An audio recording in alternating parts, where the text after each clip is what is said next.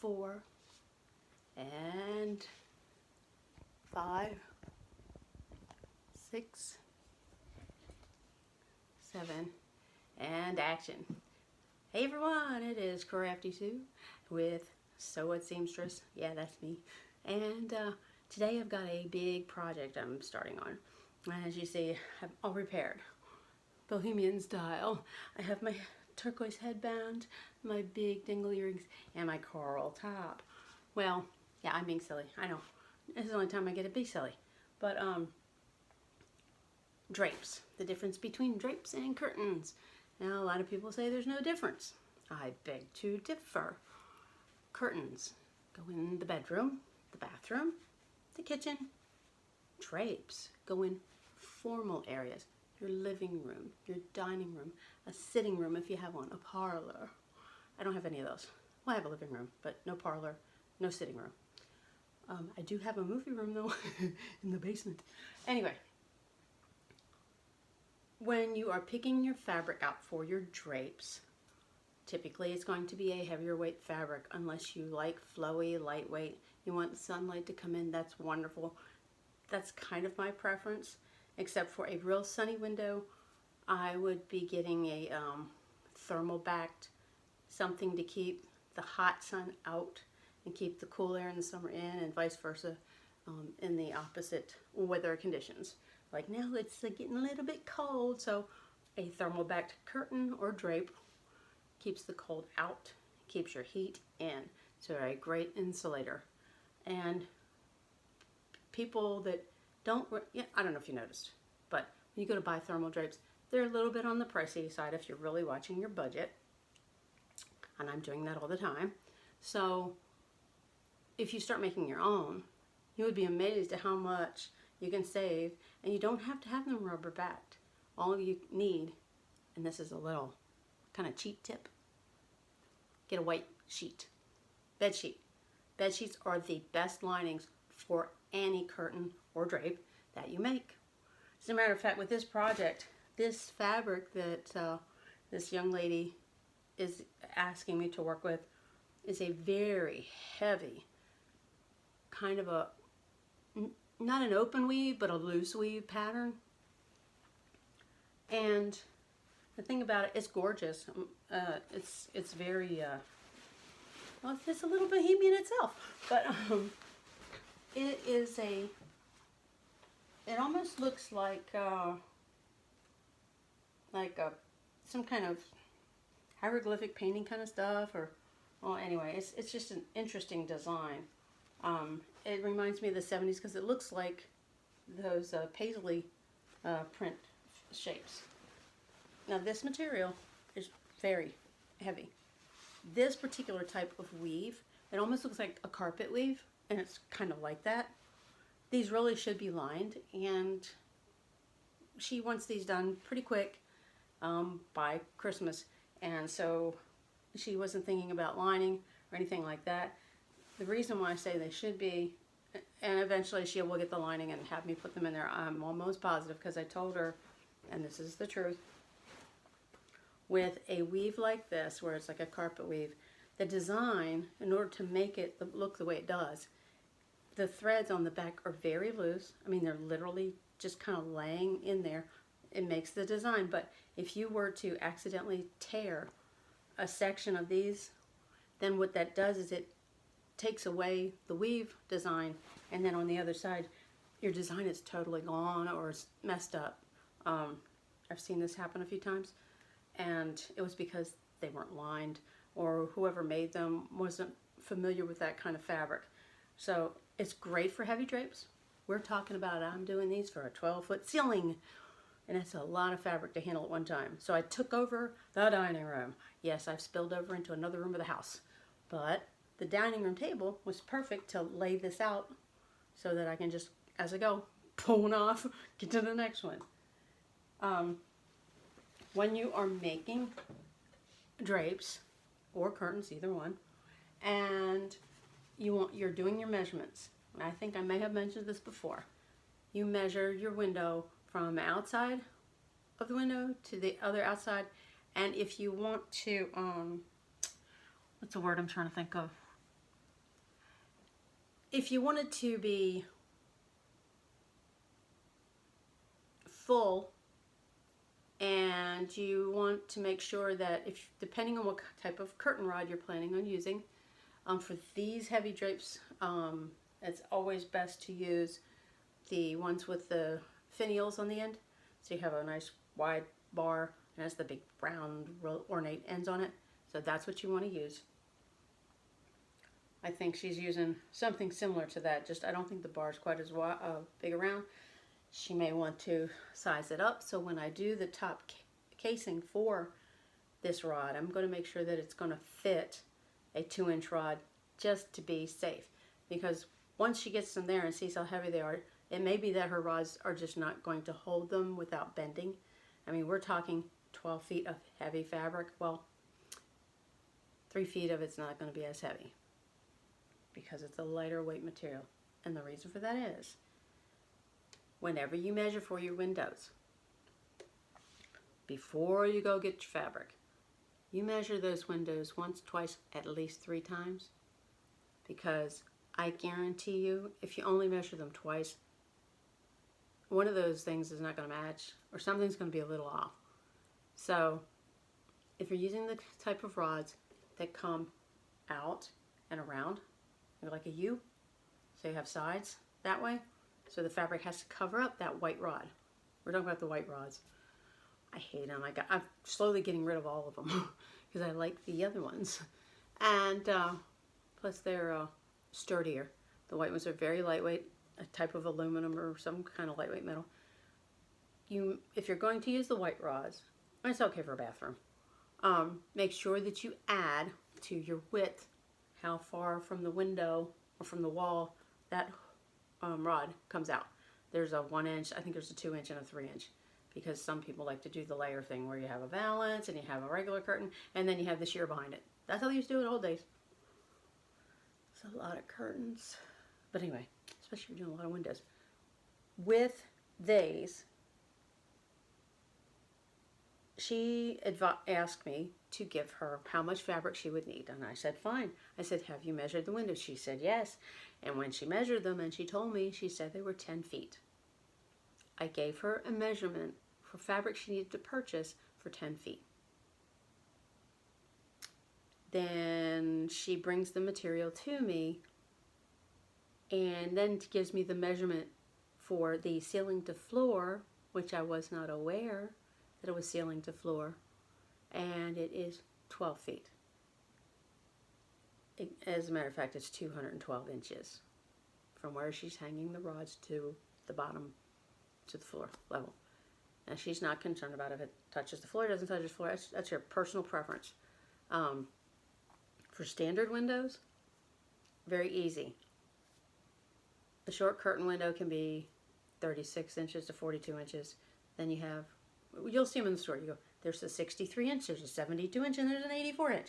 That's typically how they run. So sometimes you can keep that number in your head and you go to make your own. You're like, oh, well, what you want to remember is you also have to add the inches for the hem at the bottom and for the casing part at the top that goes over the rod pocket, as it's called. So I'm teaching you a lot of new little terms. This is all for, beginners through advanced. If you've never made curtains before, it doesn't matter where your level of skill in sewing is. Curtains are pretty darn easy.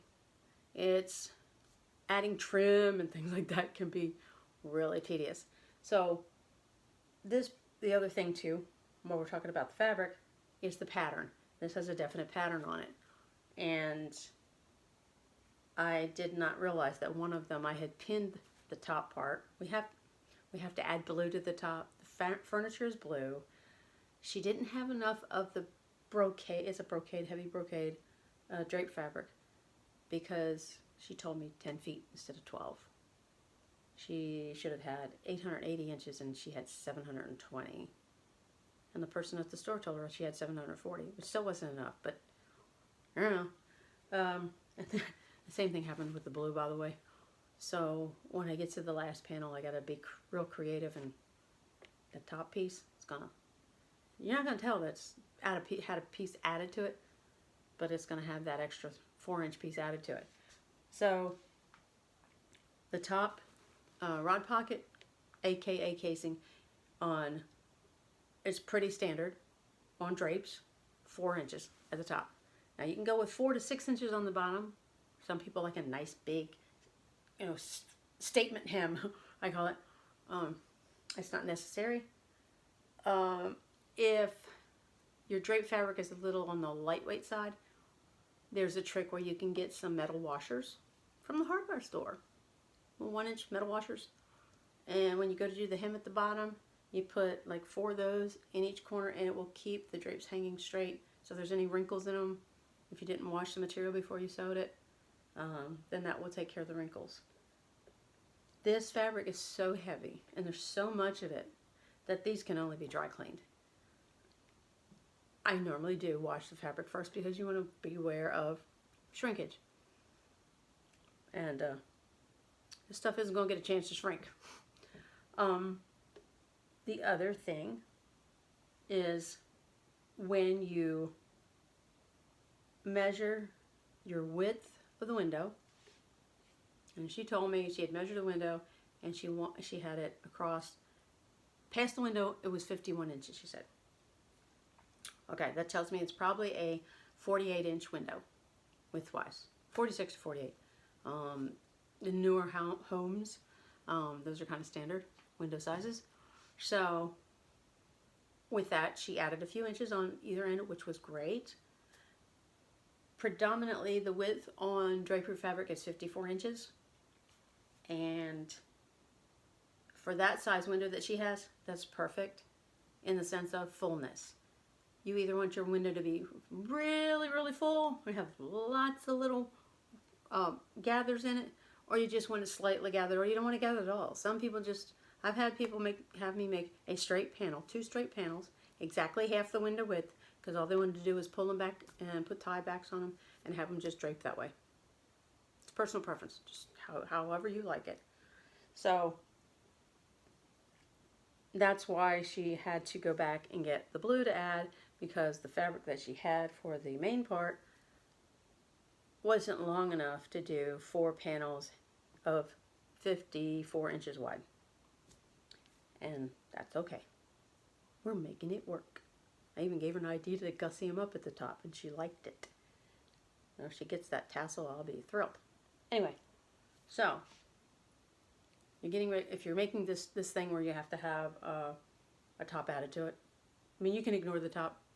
But I'm just having to add it because they're not long enough. You make sure of the print. Which direction is it supposed to go? You have to hold it up. Literally, you gotta hold it up and look at it and say, let me turn it the other way. And I've done that with this because I wasn't sure which way was the right side up. And the one panel that I had pinned, I pinned it wrong because I was in it was late, I was in a hurry, I wanted to get them pinned so I could show you guys this. But, so, the motif, I call it, the main design on these, looks like, almost looks like a flower, in a way. A paisley flower shaped thing. So I held it up the way I had it pinned, and I go, if you look at this one, now this lady that I'm making these for, she hasn't said which way she wants them to hang, so I'm going to hang them, or make them, the way the design is. She just wanted the colors. I don't think she even noticed that there was a up and down on them. I mean, it doesn't look bad the other way, until you realize that these are supposed to look like a flower, in a sense. And when you have a stem here, where it's kind of cut off, that is the top. So this is right side up. Okay? If you do have to do like I'm doing here, you want to make sure right side up. And you also want to make sure the piece that you're attaching to it is right side to right side. And you're probably going, what? Yeah, you put, when you add for length on something like this, you have to remember, when all said and done, you're going to have the right side of the blue and the right side of the golden green. So, but you're going to have to sew right sides together and then flip it open serge the edges on the inside, and then go ahead and I'm really seriously considering doing a little top stitch on this just because of the bulk of the lower fabric. This is, you can't feel this, but this is a lot lighter. It's like half the thickness of this almost. Almost. It's like a broadcloth. You know, it's a heavyweight fabric. It's almost like a canvas, honestly. But I don't believe that's what it is. So you pin those on there. And then I'm going to turn this. This is a new addition to my family. This is a little baby lock. And it's a companion 722. It does some really cool stitches. It has a decorator stitch that is the shape of a swan. There's a flower on here. And it's a good running machine. I figured what better project to break her in on than heavy drapes. So that's what we're going to do. We're going to break her in on this. So I'm going to try to find the foot pedal. Where you at? The table that I've got my machine sitting on for this is actually a desk model sewing machine with a knee powered pedal instead of a foot pedal, which I love knee pedals. I love knee pedal machines, but not everybody does. I do for the sheer fact that it is more, you have more control over the speed of your machine when you have one of those. Now, being that this is heavy fabric, and you have to make sure that the needle that you put in your sewing machine is appropriate for what you're sewing. I have a heavyweight fabric and that one's kind of a medium weight. But because the heavy weight is as heavy as it is, then I don't want to use an 11 needle. Definitely not an 11. Nope, I'll break it. 14 would be iffy. You could maybe do a 14 just because you have the two different weights. But I'm going with a 16. It's not leather. It's not like double thick burlap or anything like that. Burlap's a bad example, Sue. Anyway, sorry. I'm trying to think of thick material. Like, no. Felt, no. But it's the density. Okay? So I am doing, since we are trying to keep as much length on these as possible, I'm using my presser foot as my seam guide. So what I do is I leave the edge of the fabric touching the outside of the zipper foot. And it actually is about, it's a 1/4 inch. It's basically a 1/4 inch. It's a 1/4 inch seam. The middle where the needle falls to the outside of this particular foot is a 1/4 inch. And that's good for me because that means when I go to serge it, or I'm going to actually try to find, yeah, I do have an overlock stitch on here that I can do on it. And that way, because I don't know if you could tell when I was holding this up, but all these loose strings here, that's that weave that's like from the back, and it's coming apart because it's been cut. So you want to get the edges stitched pretty quick. So I know that I probably shouldn't use quilting pins for it, but I'm using quilting pins for one reason. And the reason in that is a longer pin on a project where this is heavy is, yeah, I might bend a few pins, but it holds more fabric still. There's two different weights of material. One's a woven, one's a flat, and they could slide. And that's what, when you don't have matching fabrics, they can slide on you while you're stitching them. And this, like I said, this machine is new. I gotta see where I'm set up. It's got 21 decorative stitches. How about that? And it also allows you to put your needle on the left, the middle, or the right. I put it in the middle for this project, and for most projects, unless I'm going to be going around like curves and things like that, and it just is advantageous to have it on the left or the right. Definitely with positioning zippers and things like that, that comes in really super handy. Yeah, it was kind of, I was like, whoa, 21 stitches. The great thing about this baby lock is first, it's a vintage, haha. And second, because it's color coded. And I'm going to turn around just for a second. I digress, sorry. But she's just so cute. Okay. Oh my goodness. Come here, baby girl. We're going to show people your fancy side. What is things doing over there? Oh my goodness. It's as impromptu as it comes, isn't it? Alright, now. I don't know if you can see very well. I got all this stuff attached to it. But anyhow. It has your straight stitches and your regular zigzag stitches. And then it has some decorative stitches and then the stretch stitches. And then they have the little numbers above and it goes up to 21. So what I like about this kind of design of a sewing machine is for a beginner especially. It's not like you have to figure out, you know, A, B, 1, 2, you'll know what I mean when you find one. But this one, there's my headband, has the dial, goes 1 to 21, 1 to 21. So you can't mess up matching the type of stitch on this machine. Like I have another one where it's like 1 and 3 are next to each other, or 1 and 7 are next to each other, and you have to do something funny with the dials, and that gets frustrating when you're trying to do something you know how to do like really quick. And it's great for experimenting and learn, you know, but I haven't had time to sit still and actually learn that one. I mean, I've used it, but only for the main stitches. So if you can find one that's kind of set up this way, like I said, this is the Companion 722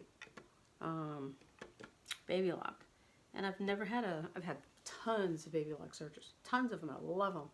So when I spotted this sewing machine baby lock, I thought, I'll bet it's just as good. I'll bet it's just something really special, and this one really is.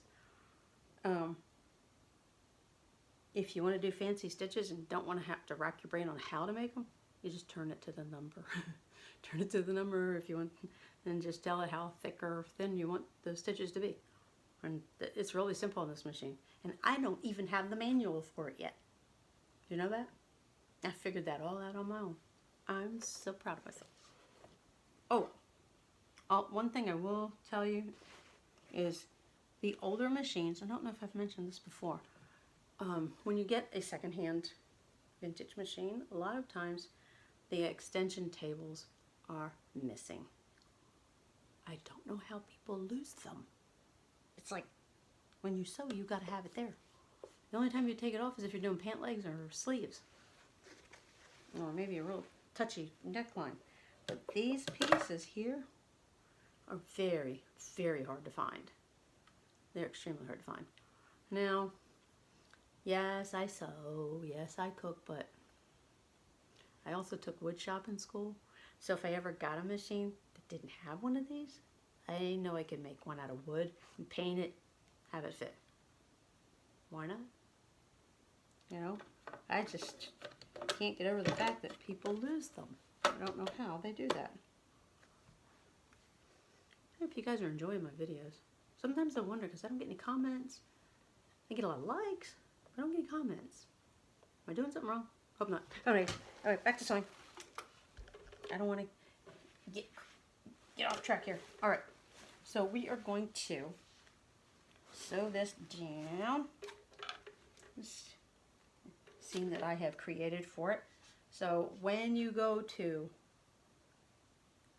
do the math part of it, or the measurements, on this one, it was 180 inches plus 40. That's 220. She said from ceiling to floor is 212. So what's that leave me? 8 inches. So I'm going to have 4 inches at the top, which means I'm actually going to need 4.5 inches. I'm going to turn down 4 inches and turn under a half, be able to do the rod pocket. And then on the bottom, it'll be 3.5, because at the bottom, it's not going to be as much. That's my 8 inches, okay? Did you get the math? So it's 3.5 and 4.5 is 8. And so that's the 8 inches that I needed from the 212 to get to 220. I have a child who is not a child anymore, and he was never really good with mathematics, and he gets really aggravated when I can just do numbers in my head like that. But that's okay. Some are numbers people, some are words peoples. So let's see how Miss Baby Lock's going to do today. We are doing a straight stitch, and that goes right there. And we'll see if we can rock and roll. I haven't used it on this fabric yet. I really haven't.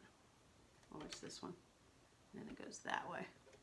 I'm going to use the largest stitch for one main reason, the thickness of the material. That's another thing you have to put into consideration if you got some thick material. If you try to do it with small stitches, it might have a hissy fit, because on thick material, if you're trying to make small stitches, there's so much to go through that it can get jammed up. So we're going to cross our fingers. This is actually kind of live, the way I'm doing this today. We'll make sure that if the 16 needle doesn't work, then I will grab an 18 and put it in the machine. I've got them in here, one of the drawers. So there we go. You always want to do a couple stitches forward, and then back.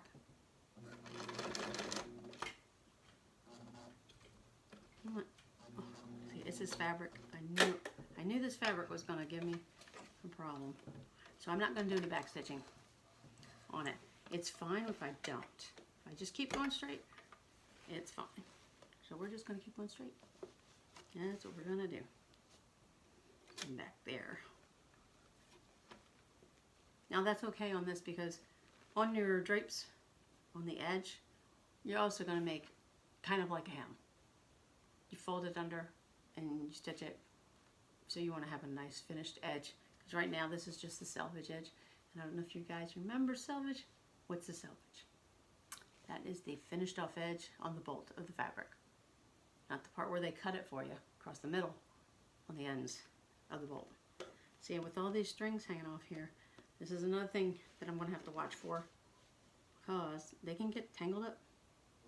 Now, one thing I could do, I just thought of it, I should have thought of it earlier. Since my feed dogs are on the woven fabric side, I should have flipped this over. But I'm already started. But for you guys, if you do choose a material like this and you're not lining it, do it where the tighter woven material is. But if you're not using any contrast material, unlike what I'm doing, then I would highly, highly suggest making it lined, and I will cover lined drapes, I promise. It's not difficult. The main thing with lined drapes is you put the lining and the main material right side to right side, sorry, and kind of like this, right to the right side, and then you flip the lining to the back, and then you can just make your rod pocket from there, and then it's lined. It's based pretty much, you're doing the top, seaming the top, and then you're going to do the sides up to a certain point, up to that last 4 inches, and we'll tackle that one. I'll do like a sample, an example of that, how that comes about.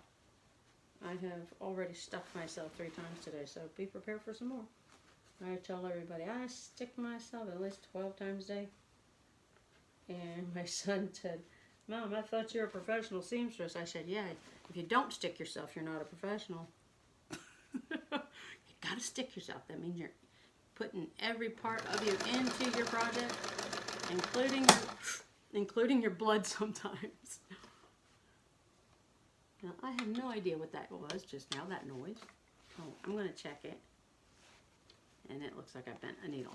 So that tells me, because of this fabric, I need to remove the pins as I reach them. Now I'm going to cross my fingers. Sometimes you luck out, and it doesn't, because of how quickly you react. If you react real quick, it won't bend the needle, and then you don't have to worry about changing it. So we're going to hope for that one. I'm going to make sure my stitches are still good. I'm coming to a needle. I'm taking the pin out. The magnet is around here somewhere. I'll find it. It's kind of a chaotic room.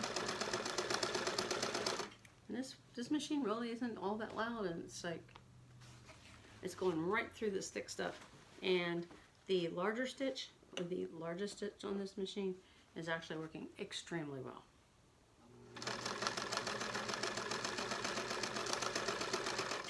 Now there is and I have one, I thought about putting it on here, there's one of these, they advertise them all the time. It's a foot that hems and cuts. It's basically an attachment, pressure foot attachment, that's pretending it's a serger. Well, I had one a while back. Tried to use it. Nope, didn't work. I could not get that thing to do what it was supposed to. I couldn't get it to cut. I really couldn't.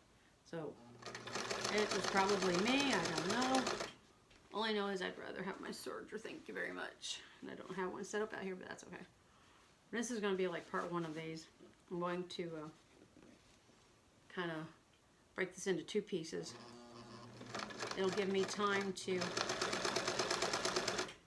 tune in the side seams that I'm going to show you how to do. And I try, with this kind of tutorial, I try to produce them kind of close together, although my headband bonnets didn't work so great in getting close together. But I had shoulder surgery that interrupted that. Don't do that. You get interrupted by surgery. You can't do anything for over 6 months. The only thing I could do was pick up a paintbrush and do paintings. Couldn't sew because of the angle of the table. So, ladies, take care of your shoulders. Don't fall backwards. Stay away from ladders. That's how I did it. I fell backwards on the ladder. But anyway. So, we're going to kind of like pretend this is the... Oh, not yet. When I get to the other end of it. We're going to do the rod pocket. And I believe, and the reason why I said rod pocket is that's what it says on the package for the curtain rods. It'll say rod pocket. Rod pocket length is, yep, blah, blah, whatever it is. That's how you know which ones you need to get. Yeah.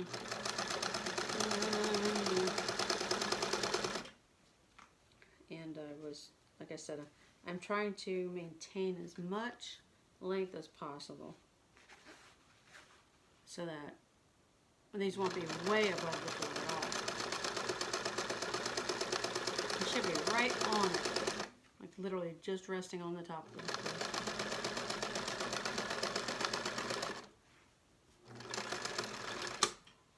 Alright, so for this particular one's, because I'm having to put, you know, this piece on here. I've taken, well, not all the pins, here's the rest of them. And now normally, I thought I was going to be able to leave the pins in here, but I had to take them out. So I took them out, and now I got to look for my magnet, which I believe is right behind, it should be right behind me, yep. This is not my favorite magnet. That's the magnet that I promote. The magnet I promote is for guys that work on cars. It's a much better what do you call them? Magnetism. The magnetism strength is a lot stronger. This is your normal kind of, what you call, craft stores, fabric store magnet. It's supposed to look cute on your sewing table. I don't care about cute. I care about pins not falling on the floor, right? Okay. And I'm going to probably snitch one of these guys that I have back here. I have about 5 of these guys. I really do. And I'm going to take these little guys out of here and put them in the other dish so I can utilize this as my magnet. And I dropped the pin, and all I have to do is that. I don't even have to bend all the way down to the floor. All I had to do was pick it up. Alright, so I'm going to move these this way into this thing. See how they go flying everywhere? But this is 10 times stronger than this little guy. It will steal pins from it. Just like that. So let me just kind of take a sweep of the floor with the magnet and find the needle. And there it is.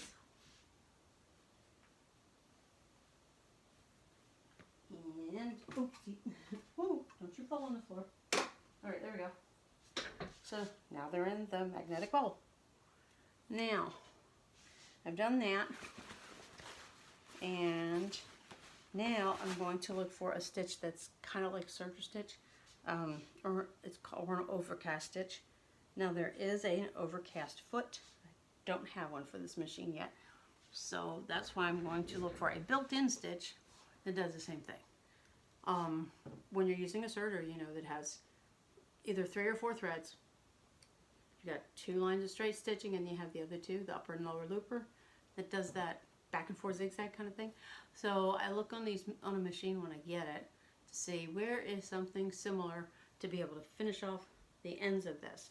Now the other thing with this, because it has those I call them hairs, the big long pieces hanging off, I might have to snip them before I get to that point.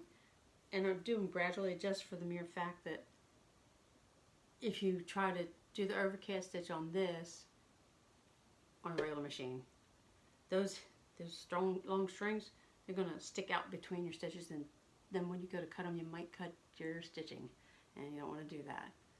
So I have number 18 looks pretty good. And 15 looks pretty good. What's interesting about sewing machines is they don't all have the same overcast stitch. Isn't that funny? Baby Lock has their. I think they removed 2 to put in the 2 decorative stitches, the little swan and the flower, honestly. But let's do number. When it's really making me feel comfortable is number 18. And it actually looks like 2 rows of X's. So we're going to see what 18 does. I'm going to turn this to 18. Now, because I just acquired this machine, I don't want to manhandle it or woman handle it, especially when you have a dial that has to go through 21 spots for 21 stitches. So be kind to your machine parts. Don't go crazy and try to do like this, because eventually what you're going to do, you'll strip the gears inside. It's a big expense. Nobody wants to replace the gears in their sewing machine. I know I don't. I love my machines, and they know it. Okay, we have number 18. Now I can go with, since I didn't do a very wide edge there. So, and it's okay that I have the blue on the top and the blue on the bottom in this case, because they're not being lined, and this is going to be way at the top anyway. So, so we have stitch length, and then we have stitch width. Well, I'm going to put it to the widest width, because it is a zigzag kind of stitch. And the length, I'm going to put it just below, 1 notch below on number 3. And what's really great about machines like this, they have the pictograms, I call them. It will show you the size of the stitches that that it makes. I mean, at least this one does. Where it has a number 3, you can tell that the number 3 stitches. You can see a very visible difference between it and the 4. And especially when you get down to the 1. I had a 1 or 2. Because the... Oh, okay. The 1 is a... it has an F next to it. That's for the fancy stitches. That's what I call it. I don't know. Like I said, I don't have the manual yet. And so for this, now it's always better to snip as you go. Now, I normally have a little trash can to throw those cuttings in, but today I don't. So I'm going to put them right here in front of me because I put the scrap piece of the drapes that was actually left over on top of this table to keep the sewing machine from scratching the desk that has a sewing machine in it. And we're going to see just how this little stitch turns out.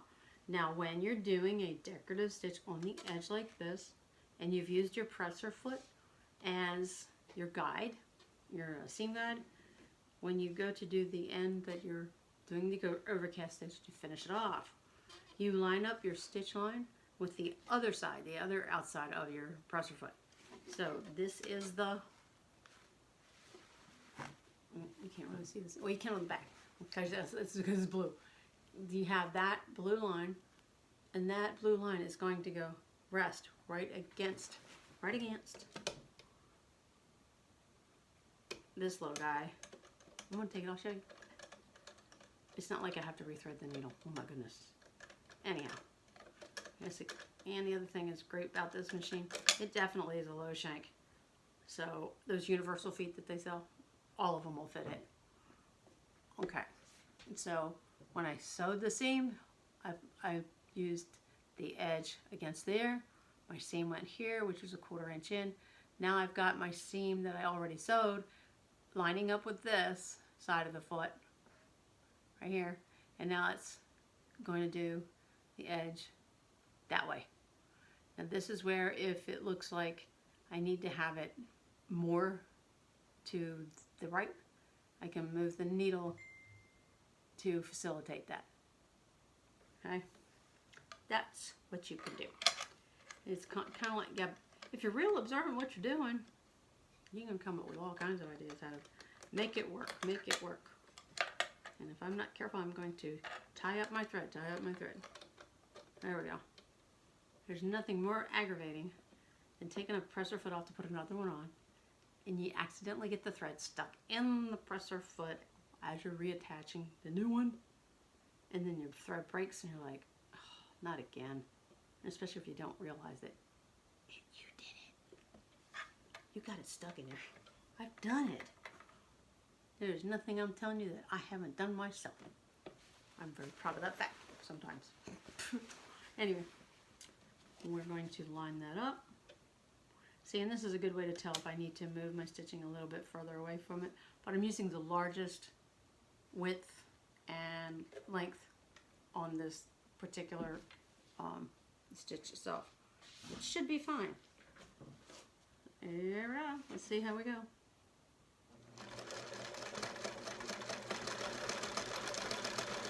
Now it is a kind of stretch stitch, so that's why it makes that funny noise.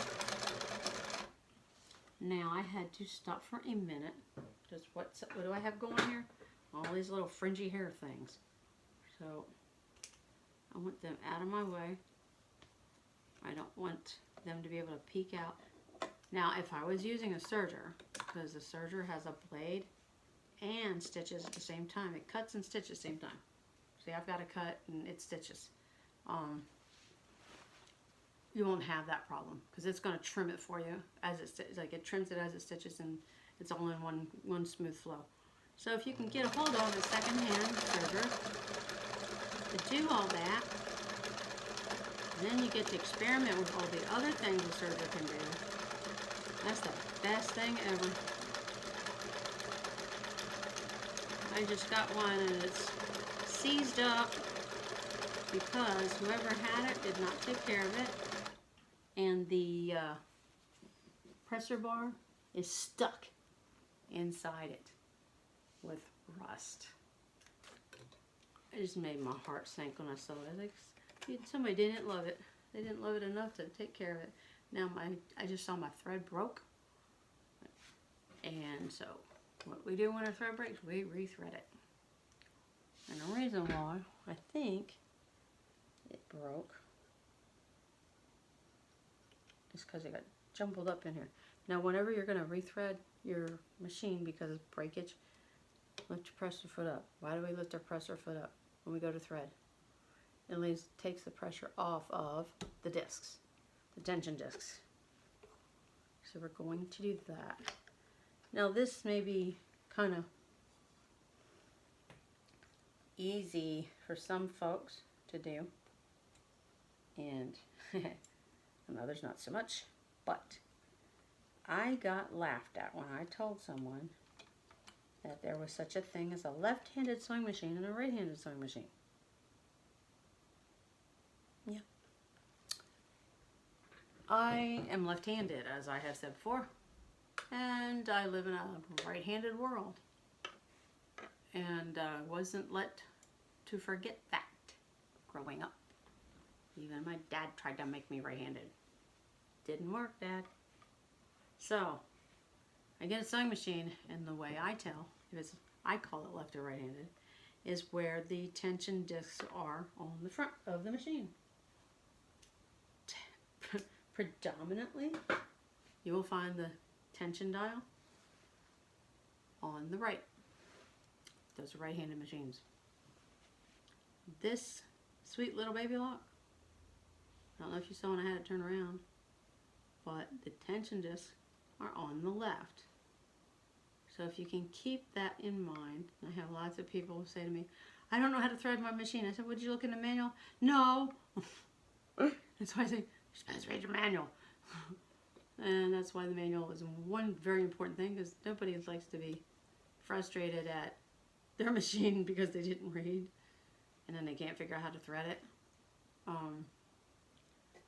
A left-handed, as I call them, machine is threaded the exact same way as the right one, except the opposite side first. So you started on the left, you end up on the right. Right-handed machine, start on the right, end up on the left. Oh my god, that's a little trick. Somebody told me that if you wet the back of the needle, you can thread it easier. And you know what? She was right. Something about when you put your saliva on there, it's like a magnet. Makes the thread go, oh yes, I'll come through now. Thank you. I learned some weird stuff from very interesting people. And sometimes too, because this is so thick, that's why it's acting kind of goofy. And there's little hairs on the edge. It's just a matter of time for it to do that kind of thing. So we are going to go down here. I'm going to take a little slower just for the weight issue on this machine, and it is causing problems with this thread. So I'm going to flip this piece to the other side because it's obvious to me now that the woven side is just not being nice, and that's okay because this was just the finishing off of the seam anyway. So these are little things you come across. Now I don't know about other people that do their videos, but I think, well, for me anyway, that it's much better that it's real. I mean, I have watched tons and tons of videos, instructional videos on this and that, and they're perfect. No mistakes, no oopses, nothing breaks, you know, that kind of thing. And I think to myself, how many times did they practice that before they finally got a good take?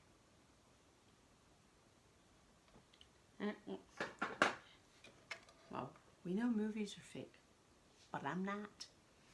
And I would rather show you that, especially if you're beginning, and if I were to come out here and make videos and it's like, oh, for beginners, and I do everything absolutely perfect, that would seem a little odd to me. Wouldn't it to you? I guess I like being more human.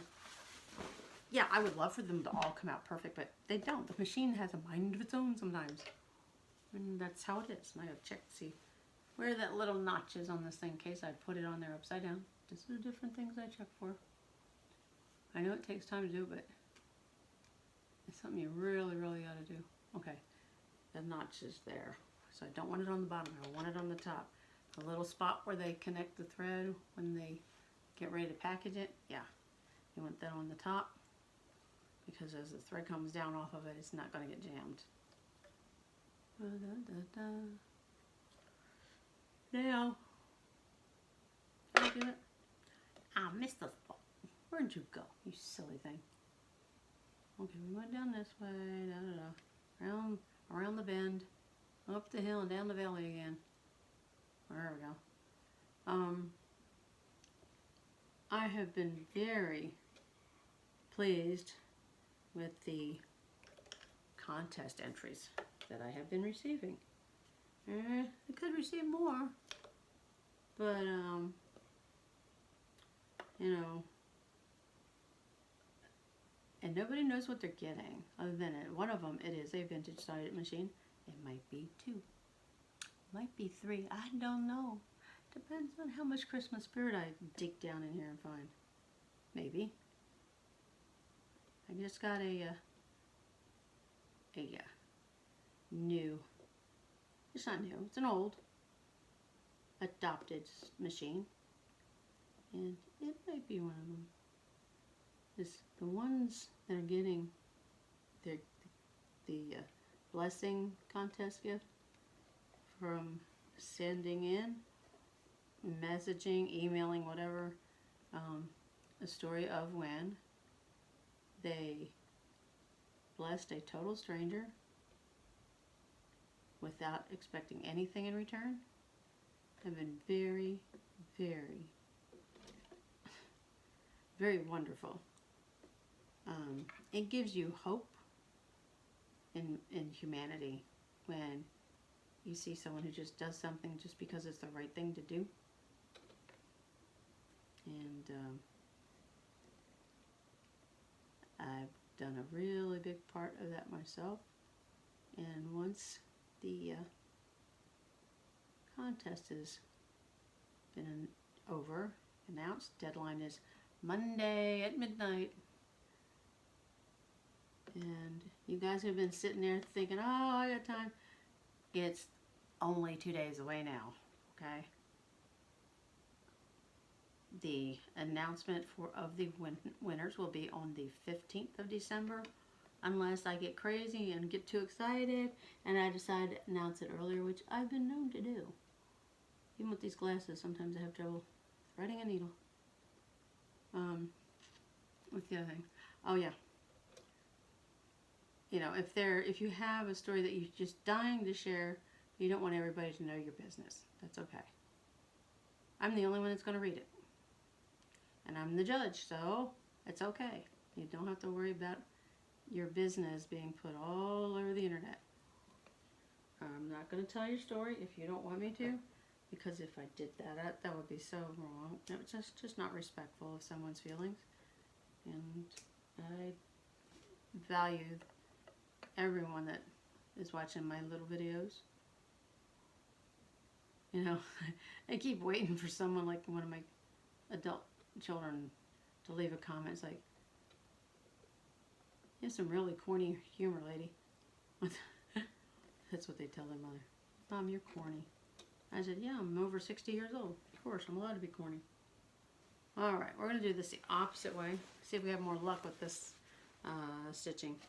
I have a feeling it'll be fine.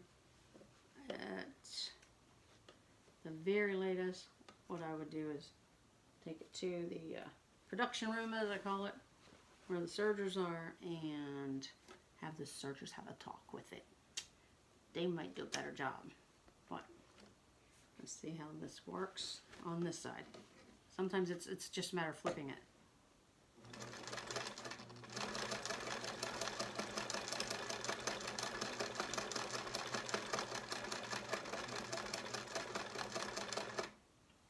So far, so good. It's staying threaded, but I've slowed it down. And that's the other thing. I have a young man who's learning to sew, and I'm giving him lessons, and he has a heavy foot. I would hate to be in the car with him when he drives. And I told him, I said, honey, you got a heavy foot. It's not your car.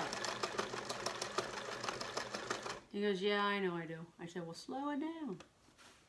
Well, this is really great because with using the same blue on the other side, you can actually see this stitch pattern.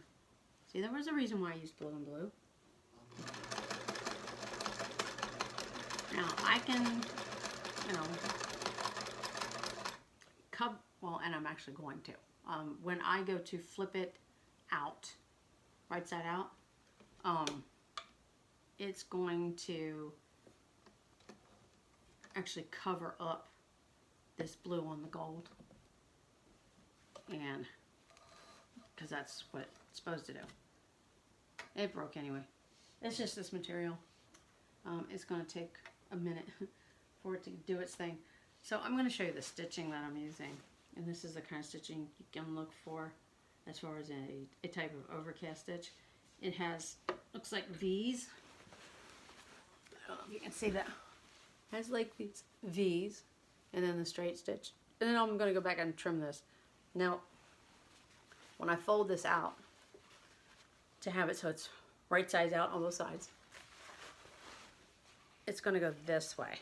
So I'm actually going to have the blue fold down here, and that's what I said I'm going to do a top stitch to hold this nice and crisp in place. So that's the first step of this project to show you. Now if you were doing the rod pocket for the top, say this is all one piece, you didn't have another color to add to it, so you're at the top, let's say this is the top, you would take, please use the iron.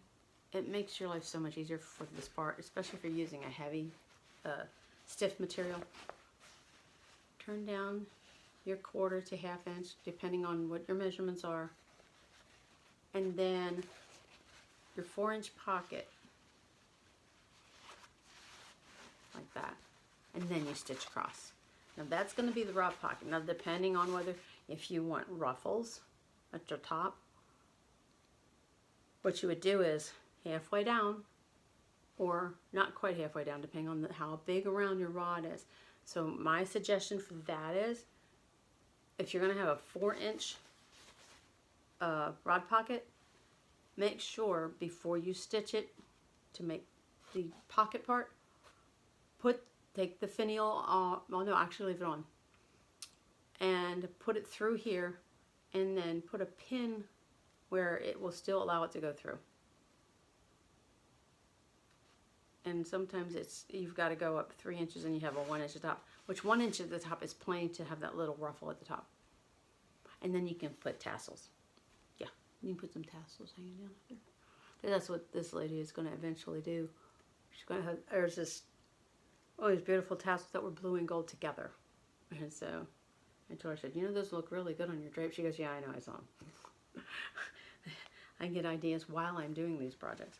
So this would be the top. And we're gonna do this the next video. You're gonna be able to see all that. And the bottom is the hem, and it's gonna be almost as deep as this. It's gonna be a little less just because that's how the measurement came out for these particular windows. I have, if we hadn't had some, you know, issues with the stitches and stuff, but that is real. Okay, this is not edited out or anything like that. So I hope that's why you watch me. Or maybe you just like the goofy clothes I wear, or the, you know, jewelry that I started playing with. Blessing contest. It does deadline on Monday, December 7th at midnight. Share a blessing, get a blessing. Like I said, it's my turn to bless those who are blessing me with watching me and letting me be silly me and letting me share a gift that it can be in everybody. You just gotta find it. And I'm telling you, you won't regret taking on the challenge. Send me your stories. You can put it in the comments if you like, or you can ask how you can just send it to me directly.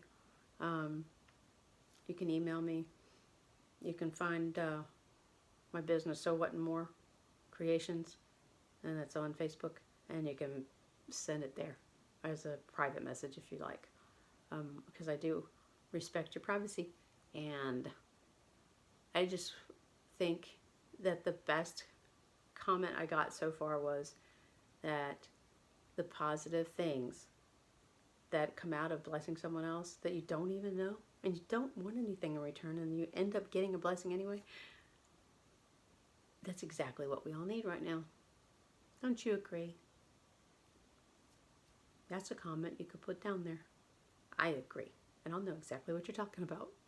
Don't have to expound on it. Don't have to explain. Just say, I agree. Thank you so much for watching.